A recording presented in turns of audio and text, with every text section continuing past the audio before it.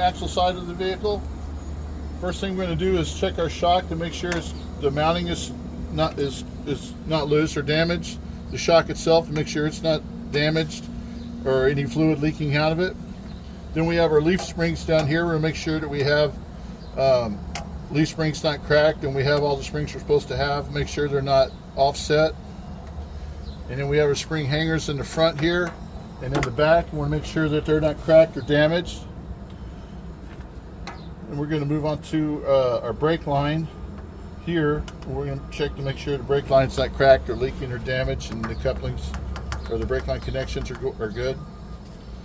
Down here we have the dust cover for the brakes, and we want to make sure there's no oil or grease that could be contaminating the brakes and keep them from functioning.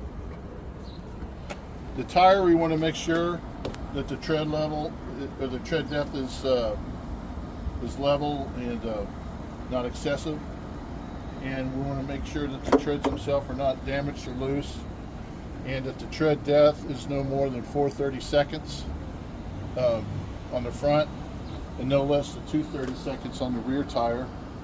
We also want to check the sides of the tire, make sure there's no bulges or cracks or cuts on both sides. We also want to make sure that our air stem is secured and not cracked. It's got a cover on it, and tire pressure should be approximately 100 psi. The rim or wheel should be visibly not out of round, not cracked or dented, and no illegal welds or anything like that.